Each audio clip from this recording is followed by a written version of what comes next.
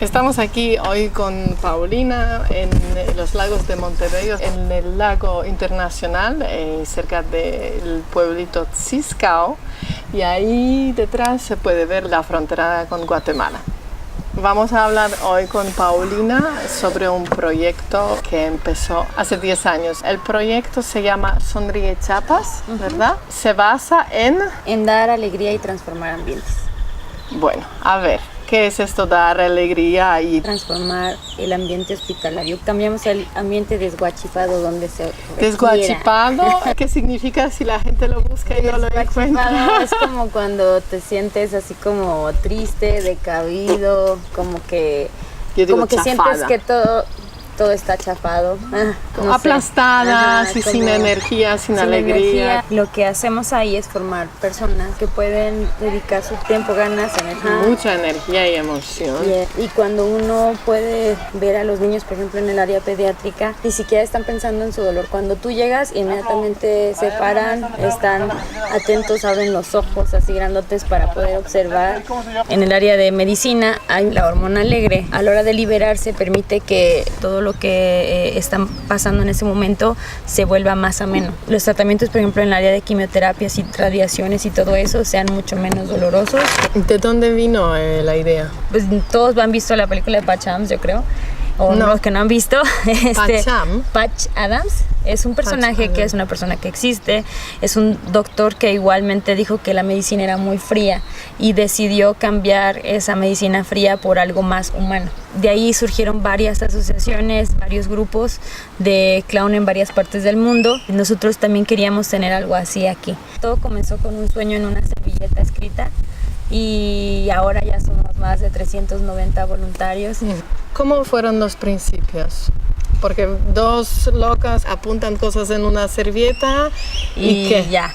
Mira, yo te voy a explicar. Me imagino que no era tan fácil. No era tan fácil. Mira, una vez pues estaba cerca del área pediátrica y estaba escuchando que lloraban y lloraban y lloraban. Y ella traía un globo, infló el globo, le dijo, discúlpeme mamita, porque así hablan aquí. Le voy a entregar un globo a su niña, se lo puedo entregar, sí. Y entonces la niña lloraba y ahora le entregó el globo y la niña se cayó. Y le pudieron empezar a dar de comer. La mamá se paró y le dijo, usted logró lo que todos hemos intentado hacer en 2 semanas. Mi hija tiene mucho tiempo que no come bien y no paraba de llorar en todo este tiempo que está hospitalizada y usted no puedo creer que haya logrado tanto con un solo globo. Y entonces ella dijo, tengo que traer globos al hospital.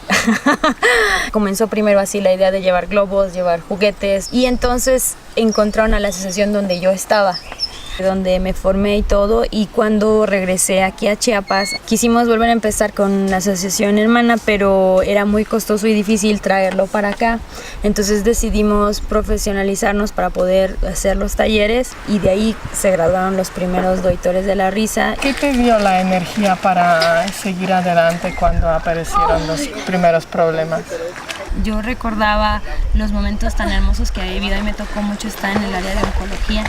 Realmente ellos me cambiaron a mí más que yo pudiera cambiarlos a ellos, porque la sonrisa de ellos estando sentados en una banca ahí con todos los sueros y todo y felices, nada más porque tú llegaras y poderles cambiar y que la gente agradeciera y las miradas, todo eso, las emociones y saber que puedes dar algo de amor a los demás es para mí lo mejor que se puede hacer. Entonces decía, es que esto es un sueño que sí se puede realizar, nada más es cuestión de querer y de encontrar más que puedan estar contigo, porque es padre cuando tú haces las cosas solo, pero no hay como cuando puede multiplicarse y hacerse más.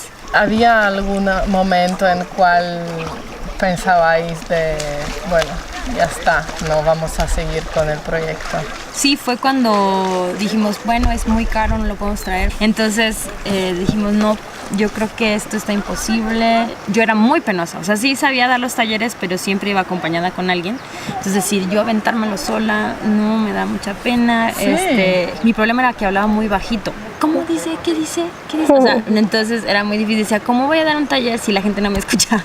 Tampoco mi amiga no se animaba. Para nosotros fue súper importante la llegada de las personas, porque ellos nos impulsaron. Tú lo único que necesitas es esto y aquello. O sea, darte herramientas básicas que tal vez son súper sencillas, pero son aquellas que te empujan para aventarte a hacer las cosas. Tuvimos personas que dijeron, no, sí se puede, échale ganas, aquí estamos, te apoyamos.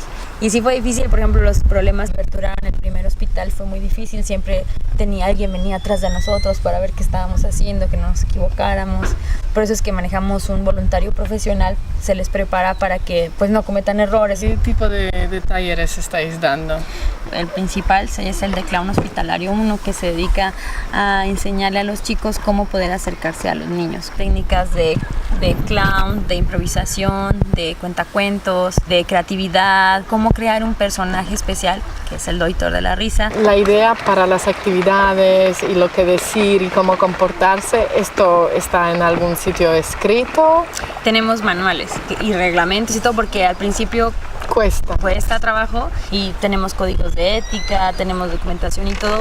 Al principio pensabas que el proyecto va a crecer tanto, que va a tener tanto éxito. No, la verdad que no. O sea, nunca pensé que así, porque nunca piensas que alguien va a creer igual que tú o que va a soñar lo mismo que tú.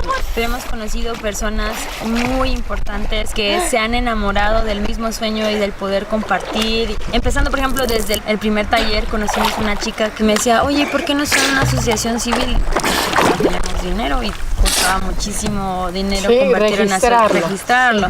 Y ella me dijo, no, es que este proyecto merece ser asociación civil, mi papá tiene una notaría pública y yo los voy a hacer. Y ella movió con su papá para que fuéramos una asociación civil. Ajá. ¿Y qué beneficios os da esto de convertiros en la asociación civil? Credibilidad y que te abre las puertas en hospitales. ¿Qué consejo darías a las personas que están soñando en unos proyectos pero les parece imposible? Trabajar y buscar ejemplos de vida que te puedan animar a ser mejor. Y hay momentos en que tenemos que hacernos de oídos sordos al de, uy, eso nunca se va a poder, uy, eso tampoco, uy, si vieras cuánta gente lo ha intentado y no lo ha logrado. Porque si nos quedamos en lo que hicieron los demás, jamás vamos a hacer algo nuevo. Aceptar tus errores, de repente grita, así porque de repente decís, ya no puedo. Entonces saber que tienes derecho a estresarte, que eres un humano, no tienes que ser súper poderoso. Hay veces que te puedes equivocar y no importa, te puedes volver a levantar. Es un hecho que esta frase la escuché de un amigo que él dice que tú vas a caer al piso, te vas a caer al piso y vas a estar un momento ahí. No te levantes muy rápido, o sea, quédate en el piso un rato, ponte a buscar las piedritas importantes y comienza a juntar esas piedras para que cuando ya estés arriba observes el gran castillo que hiciste con estas piedras. No te pongas a rasparte con ellas, ni tampoco a lamentarte, sino a construir. Yo creo que estáis haciendo un gran trabajo, os he visto en acción, he salido del hospital pues bastante impresionada e inspirada con el proyecto que estáis llevando. Enhorabuena y muchas gracias. Muchas gracias.